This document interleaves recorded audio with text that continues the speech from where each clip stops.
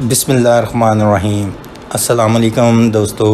Video शुरू करने से पहले मेरे चैनल को सब्सक्राइब करें और नीचे दिए हुए बेल आइकन पे क्लिक करें ताकि आने वाली वीडियोस का आपको नोटिफिकेशन मौसूल हो सके।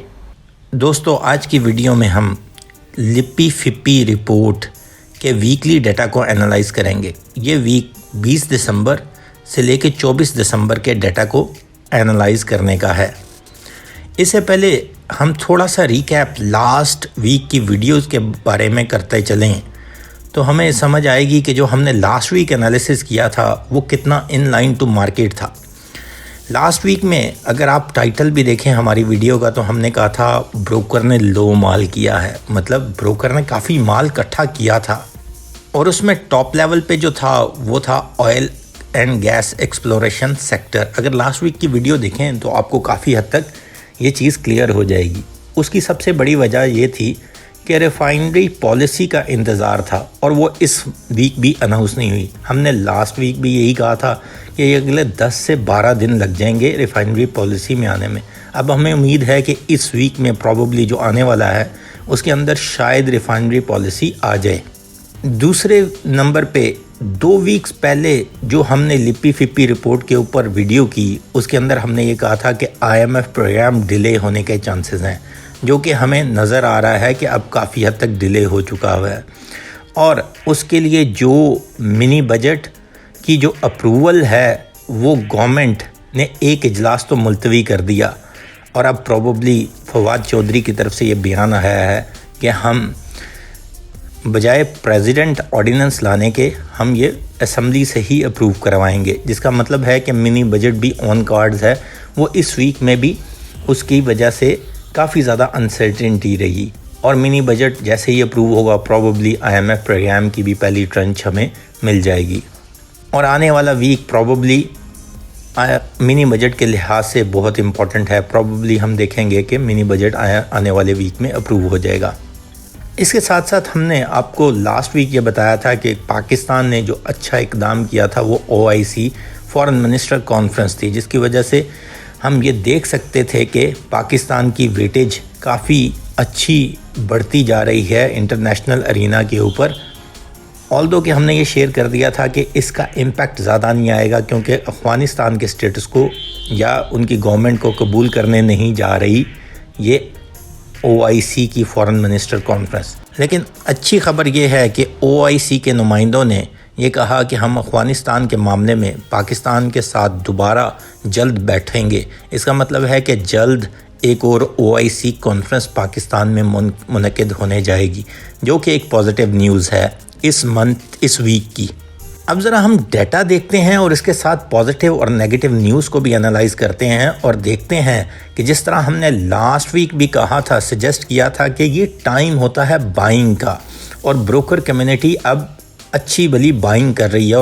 और लास्ट वीक ने उसने एविडेंस दिया कि broker was the top buyer और उसके अंदर जो फील्ड्स उन्होंने चुनी थी उसका भी हमने बताया, ख़ुसूसन बैंकिंग, उसके बाद फर्टिलाइज़र, तीसरे नंबर पे आपके पास टेक्नोलॉजी था। हमने भी अपने जो फेवरेट सेक्टर के में हैं उसमें बैंकिंग, फर्टिलाइज़र, टेक्नोलॉजी और उसके बाद अगर आता है तो फार्मास्यूटिकल और ऑटो सेक्टर है। लास्ट वीक हमने आपको 2 चीज़ें और भी शेयर की थी कि टेक्सटाइल पॉलिसी और ऑटो सेक्टर पॉलिसी के बारे में गवर्नमेंट ने जो अनाउंसमेंट्स की उससे सबसे ज़्यादा एडवांटेज ऑटो सेक्टर को, अगर ऑटो सेक्टर पॉलिसी को देखा जाए तो ऑटो सेक्टर को काफ़ी हुआ क्योंकि इंपोर्ट ऑफ कार्स उसको बैन कर दिया गया है। उसकी सबसे बड़ी वजह जो थी अभी तक हुंडी के ज़रिए डॉलर बाहर जाते थे और डॉलर के आउटसर्ज को रोकने के लिए इंपोर्ट को टोटली बंद कर दिया गया है, जिससे सबसे ज़्यादा एडवांटेज लोकल मार्केट के प्लेयर्स को हो जाएगा, जिसकी वजह से जो ऑटो सेक्टर के अंदर जितने भी प्लेयर स्टॉक मार्केट में रजिस्टर हैं उनके नंबर अच्छे हैं। अब ज़रा हम डाटे पे नज़र डालते हैं तो हमें पता लगेगा कि इस वीक के सबसे बड़े बायर कौन थे और उनकी क्या वजूहात थी और किस सेक्टर में उसने बाइंग की। अगर हम सबसे बड़े बायर को देखें तो इस वीक में फिर दोबारा ब्रोकर कम्युनिटी ने सबसे ज़्यादा बाइंग की, जिसका मतलब है कि मार्केट आने वाले दिनों में बहुत अच्छे नंबर्स दिखाएगी। ब्रोकर्स इस वक्त लो लेवल पे माल उठा रहे हैं और यही मैं बार बार आपको कह रहा हूँ कि इस वक्त माल उठाने का टाइम है।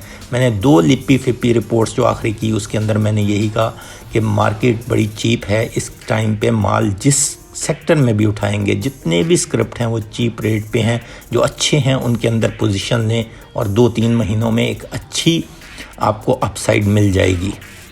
दूसरे बड़े बायर्स जो हैं वो इंडिविजुअल्स हैं, फिर कंपनीज़ और फिर इंश्योरेंस कॉरपोरेशन। अब अगर हम सेलिंग साइड पे देखें तो अदर ऑर्गेनाइजेशन सबसे हाईएस्ट सेलर हैं और बैंक्स जो हैं वो सबसे हाईएस्ट सेलर हैं।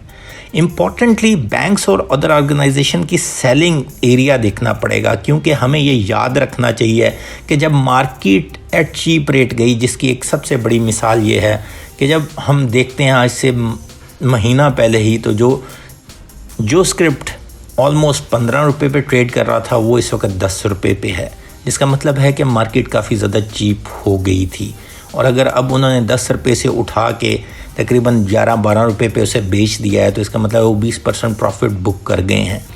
हम देखते हैं कि अब सेक्टर वाइज किस तरह इन्होंने पोजीशन ली और उनकी वजूहात क्या थी। सबसे पहले बैंकिंग सेक्टर में देखें तो बैंकिंग सेक्टर में ओवरसीज़ पाकिस्तानी ने इस वक्त हाईएस्ट स्टेक लिया इस वीक में और दूसरे नंबर पे इंडिविजुअल्स थे। ओवरसीज़ पाकिस्तानी ने बैंकिंग सेक्टर में स्टेक लेने की क्लियर कट नज़र आती है वजह कि बैंकिंग सेक्टर काइबोर रेट बढ़ने की वजह से अल्टीमेटली अच्छी ग्रोथ शो कर सकता है और बैंकिंग सेक्टर का क्लियर भी दिसंबर के अंदर होता है। इन केस ऑफ सेलिंग इतने बड़े नंबर्स नहीं हैं, लेकिन ऑल्दो बैंक्स ने खुद बैंक्स को सेल किया है, इसका मतलब है कि बैंकिंग सेक्टर ने जिस तरह हम लोगों ने बताया कि बैंकिंग सेक्टर का काइबोर रेट की वजह से जब मार्केट हिट हो रही थी तो ये वाहिद सेक्टर होगा जहां आप पोजीशन लें और अच्छी पोजीशन पे आप जल्द अज जल्द निकाल सकते हैं। तो बैंक्स ने कुछ ऑफलोड किया है।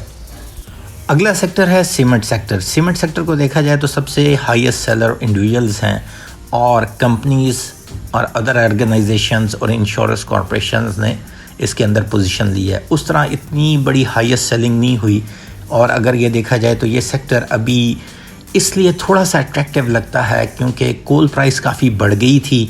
वो जैसे जैसे एट ईज़ आएंगी तो प्रॉबली इसमें बेनिफिट होने के चांसेस हैं, लेकिन दिसंबर और जनवरी में सीमेंट में ज़्यादातर लोग पोजीशन नहीं लेते, तो हम भी इसमें पोजीशन नहीं लेने का रिकमेंड कर रहे हैं अपनी पहली वीडियो से, जो कि लिपी फिपी रिपोर्ट को हम कवर करते आ रहे हैं।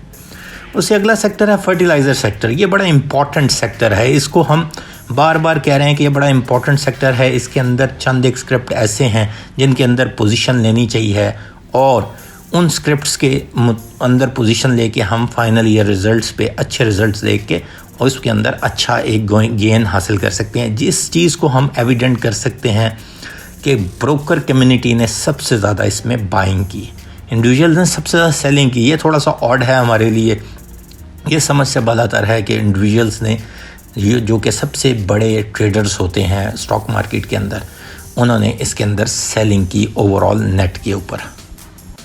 अगला सेक्टर आ जाता है पावर डिस्ट्रीब्यूशन का सेक्टर। इसके अंदर इतना ज़्यादा काम नहीं हुआ, ऑल्दो के ज़्यादातर स्टेक होल्डर बाइंग साइड पे ही खड़े हैं, लेकिन ओवरसीज़ पाकिस्तानी जो हैं वो सेलिंग साइड पे हैं। और जैसे कि मैं पहले भी बता चुका हूँ अपनी बाकी वीडियोस में कि इनके रिजल्ट्स अभी नहीं आते, ऑल्दो ये डिविडेंड यील्ड वाले स्क्रिप्ट होते हैं, तो इसलिए जिसको डिविडेंड चाहिए वो इसके अंदर ज़्यादातर पोजीशन लेता है। अगला सेक्टर है oil and gas exploration sector. इसके अंदर लास्ट वीक बहुत ज़्यादा एक्टिविटी थी, क्योंकि जैसे कि मैंने अभी शुरू में बता दिया कि रिफाइनरी पॉलिसी की एक्सपेक्टेशन थी कि वो इस वीक में फाइनलाइज हो जाएगी। इस वीक में ना मिनी बजट फाइनलाइज हुआ और ना ही रिफाइनरी पॉलिसी आई, और उस वजह से इसके अंदर कोई ज़्यादा काम नहीं हुआ, ना ज़्यादा आउटसेल हुआ। इसका मतलब है ब्रोकर्स जिन्होंने सबसे ज़्यादा इसमें पोजीशन ली थी उन्होंने भी ज़्यादा आउटसेल नहीं किया, बल्कि इस वीक में भी वो पॉजिटिव में ही खड़े हैं। और अगर सेलिंग देखें तो म्यूचुअल फ़ंड की है वो 8.6 मिलियन रुपीस की है नेट। उससे अगला सेक्टर आया था ऑयल मार्केटिंग सेक्टर। इसके अंदर चंद एक बड़ी अहम न्यूज़ हैं। आने वाला टाइम हेस्कोल के लिए अच्छा हो सकता है, और ख़ुसूसी तौर पे अगर हम देखें तो इस मार्केट में थोड़ी सी नेक्स्ट वीक में हमें डाउनफॉल नज़र आ सकता है, क्योंकि जो इम्पोर्टेंट फैक्टर हम देखते हैं इस सेक्टर वाइज कि इसमें 5 या 6 रुपये एट ईज़ हो जाएगा, जिससे अल्टीमेटली ऑयल मार्केटिंग कंपनियों का मार्जिन स्लाइटली डाउन भी होगा, और वो परसेंटेज वाइज होता है तो परसेंटेज वाइज स्लाइटली डाउन होगा, तो जिसकी वजह से जैसे ही कीमत कम होगी, जिसके ब्राइट चांसेस इसलिए लगते हैं कि क्रूड ऑयल प्राइसेस नीचे आई हैं। अगला सेक्टर जो है वो है टेक्नोलॉजी सेक्टर, जो हमारा हॉट फेवरेट सेक्टर है। इसके अंदर बड़ी ऑड सी पोजीशन है। अदर ऑर्गेनाइजेशंस ने सबसे ज़्यादा सेलिंग की, और सबसे बड़े बायर जो इसमें खड़े हुए वो हुए इंडिविजुअल्स। 350 मिलियन नेट की बाइंग इस वीक में उन्होंने की है। दूसरे नंबर पे कंपनीज थी, ब्रोकर कम्युनिटी की इसके अंदर सेलिंग है, और ओवरसीज़ पाकिस्तानी की भी सेलिंग है। यहाँ ये इम्पॉर्टेंट बात है, in case of IT sector, जिस तरह के मैंने ये लास्ट वीडियो में भी कहा कि टीआरजी हम कोई इतना हाई क्लास स्क्रिप्ट नहीं रिकमेंड करते, ऑल्दो कि डे ट्रेडर के लिए वो बहुत अच्छा है, ब्रोकर उसमें काम करते हैं, 2-4 रुपये पड़ जाते हैं तो मार्केट पॉजिटिव सेंटीमेंट में आ जाती है, वो नेगेटिव में हो तो वो नेगेटिव सेंटीमेंट में आ जाती है, क्योंकि उसका मार्केट में स्टेक अच्छा है। 85% फ्री फ्लोट उसका स्टॉक मार्केट में है।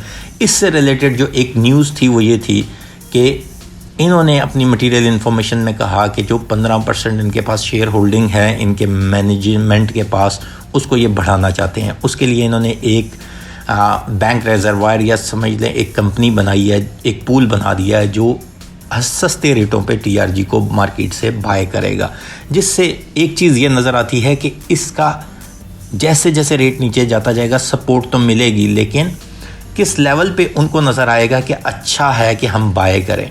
अल्टीमेटली मैं इसके बारे में सोच रहा हूँ जल्द एक वीडियो करूँ, क्योंकि इसके प्रोज एंड कॉन्स बताऊँ, ताकि जिस तरह मैं स्क्रिप्ट वाइज वीडियो करता हूँ, टीआरजी अभी तक मैंने नहीं कवर किया, तो मैं आपको उसके बारे में तमाम इन एंड आउट्स बताने के बारे में ज़रूर सोच रहा हूँ। और ख़ुसूसन इस नोटिफिकेशन के बारे में हमें बड़ा केयरफुली इसमें काम करना चाहिए। लॉन्ग टर्म इन्वेस्टर इसमें पोजीशन लेते हुए थोड़े से केयरफुल रहें।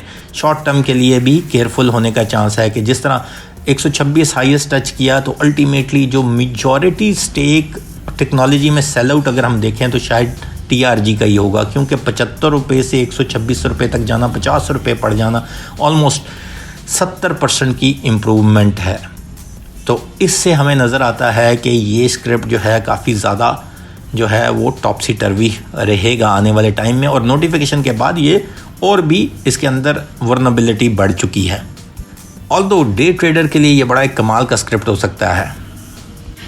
अगला सेक्टर आ जाता है फूड सेक्टर। अभी तक मैंने एक न्यूज़ आप लोगों से शेयर नहीं की, वो ये थी कि फूड सेक्टर के जो लास्ट मंथ के स्टैट्स आए हैं एक्सपोर्ट के, उसके अंदर फूड सेक्टर ने 56% लास्ट ईयर से ज़्यादा ग्रोथ शो की है, और same goes for IT sector, उन्होंने 37% लास्ट ईयर से ज़्यादा ग्रोथ शो की है, जिससे हमें ये क्लियर कट इंडिकेट होता है कि फूड सेक्टर और आईटी सेक्टर जो हैं ये ऑन ग्राउंड अच्छी परफॉर्मेंस दिखा रहे हैं। अब हमें ये देखना चाहिए कि फूड सेक्टर की वो कौन सी कंपनियां जो एक्सपोर्ट करती हैं। कुछ कंपनियों को मैं ऑलरेडी कवर कर चुका हूँ, उसमें मैंने बताया भी हुआ है उन कंपनियों के डिटेल एनालिसिस में कि भाई ये कंपनियां एक्सपोर्ट करती हैं। तो अल्टीमेटली जो मीट ओरिएंटेड कंपनी हैं ज़्यादातर वो ज़रूर एक्सपोर्ट में इन्वॉल्व हैं। तो हमें फूड सेक्टर में जो पोजीशन लेनी है वो इस मुताबिक लेनी है। ऑल्दो कि नियर फ्यूचर में इसका फाइनल ईयर रिज़ल्ट नहीं आ रहे, हाफ ईयरली रिज़ल्ट आ रहे होंगे, तो जो स्टैट्स आते जाएंगे उस लिहाज से फूड सेक्टर कुछ अच्छा हो सकता है। ऑल्दो कि इस वक्त हर चीज़ चीप रेट पे थी और अभी भी है, जो आगे आने वाले टाइम में 2 से 6 महीनों में आपको बड़े अच्छे लेवल्स पे आप उसे सेल आउट करके अच्छा प्रॉफिट मार्जिन रख सकेंगे।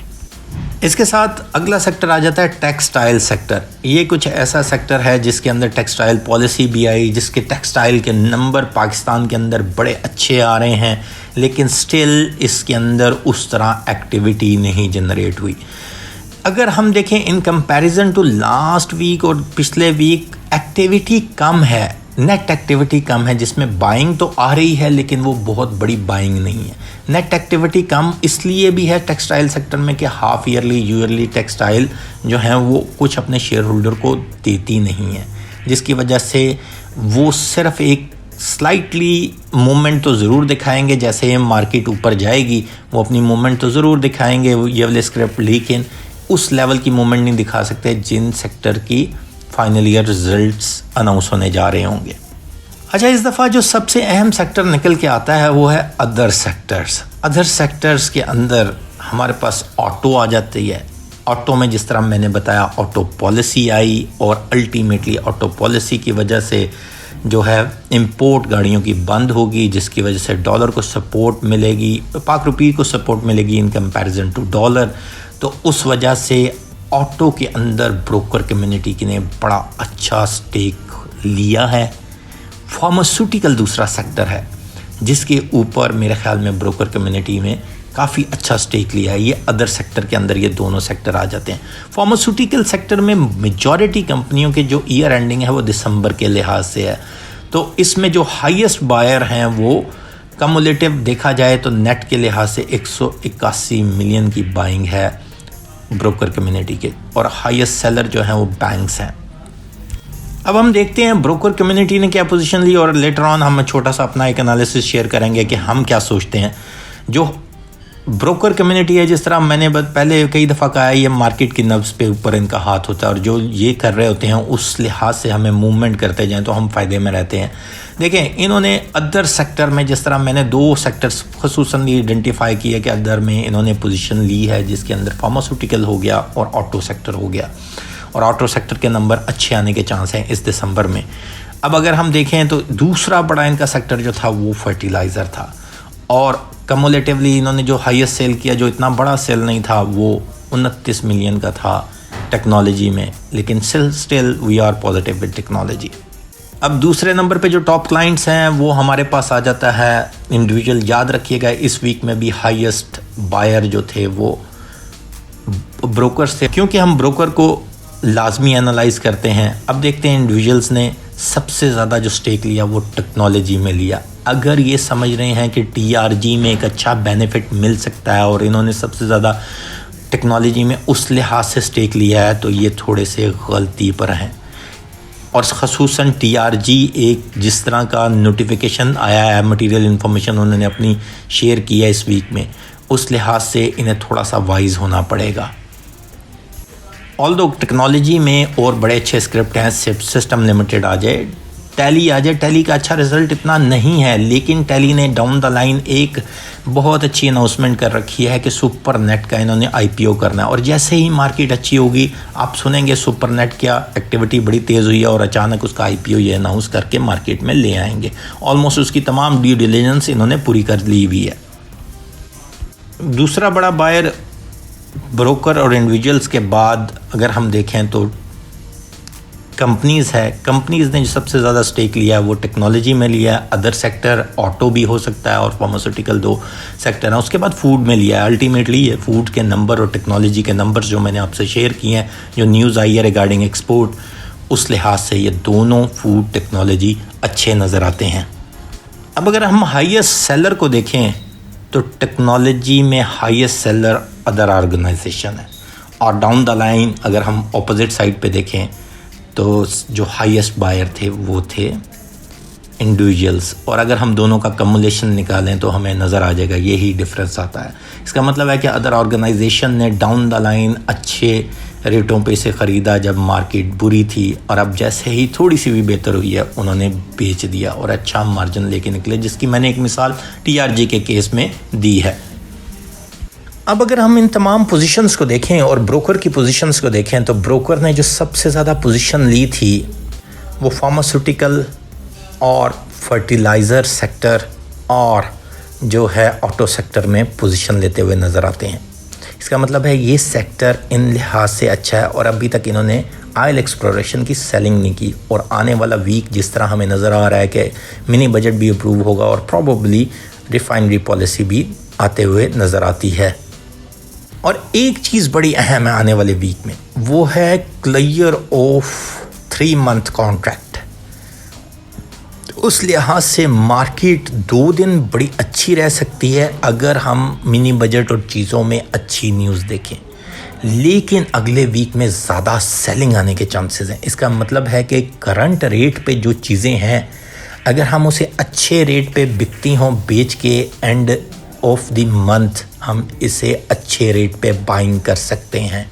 क्योंकि जब कॉन्ट्रैक्ट एंडिंग होगी तो तब सेलिंग आने के चांसेस हैं। लेकिन याद रखिएगा कि आपने अच्छे रेट पे अगर पोजीशन नहीं लेते तो आप नुकसान में रहेंगे। और आने वाला जो वीक है उसके अंदर अनसर्टेनिटी, एक तो कॉन्ट्रैक्ट क्लियर हो रहा है, दूसरे नंबर पे मिनी बजट के लिहाज से है, तीसरे मिनी बजट जो है वो इंटरलिंक है आपके IMF अप्रूवल के साथ, और तीसरे नंबर पे जो चीज़ मैं देखता हूँ वो है रिफाइनरी पॉलिसी। अभी तक जो ब्रोकर्स ने पोजीशन ली हुई है वो इस बुनियाद पे ली हुई है। अगर ये दोनों चीज़ें नहीं होती, IMF अप्रूवल और रिफाइनरी पॉलिसी नहीं आती, तो प्रॉबली हम देख सकते हैं कि ये जो कॉन्ट्रैक्ट क्लियर है ये काफ़ी ज़्यादा मार्केट को हैम्पर कर सकता है। और अगर ये दोनों अप्रूव हो जाती हैं और आ जाती हैं तो प्रॉबली जो कॉन्ट्रैक्ट क्लियर है वो हमारा ऑलमोस्ट इवन हो सकता है। इसके अलावा सेफ़ खेलने के लिए हमारे पास फर्टिलाइज़र, फार्मास्यूटिकल सेक्टर है। फार्मास्यूटिकल में हमारे पास फेवरेट स्क्रिप्ट जो हैं वो सीरियले है। इसका भी IPO अनाउंस्ड है, इन्होंने किया हुआ है कि हम जल्द लेके आएंगे। उसके अलावा हमारे पास अगर नज़र आता है तो हमें GGL अच्छा स्क्रिप्ट है हमारे मुताबिक, क्योंकि ये ऐसे स्क्रिप्ट हैं जो कि नेगेटिविटी में भी अगले 2-4-6 महीनों में अच्छे इसलिए हो जाएंगे कि GGL, टैली, और हमें नज़र आता है शायद ट्रीट का भी। हमने जब ट्रीट पे वीडियो की थी तब हमने कहा था डेवो बैटरी शायद ये रजिस्टर करवाएं आने वाले टाइम में। वो ऑलमोस्ट आज से 4 महीने पुरानी वीडियो है, अगर आप उसे देखेंगे तो आपको पता लग जाएगा डेवो बैटरी का जितना रेवेन्यू है, तो अल्टीमेटली ट्रीट भी शायद IPO के रन में आ जाए। तो जो कंपनी IPO के रन में आएगी वो कंपनियों में मोमेंटम आने के ज़्यादा अच्छे चांसेस हैं, और साथ उनके रिज़ल्ट भी अच्छे हुए तो अल्टीमेटली हम देखेंगे कि वो आउटब्रस करेंगे मार्केट को। लेकिन हॉट फेवरेट अभी तक वही हैं, टेक्नोलॉजी, स्टील, फार्मास्यूटिकल इस दफ़ा ऐड हुआ, ऑटो के कुछ स्क्रिप्ट हैं, और बैंकिंग और फर्टिलाइज़र, इनमें पोजीशन लें, और इनमें से उन स्क्रिप्ट में पोजीशन लें जिनके रिज़ल्ट अच्छे आ रहे हैं। शुक्रिया दोस्तों, चैनल को सब्सक्राइब करना मत भूलिएगा। अल्लाह हाफ़िज़।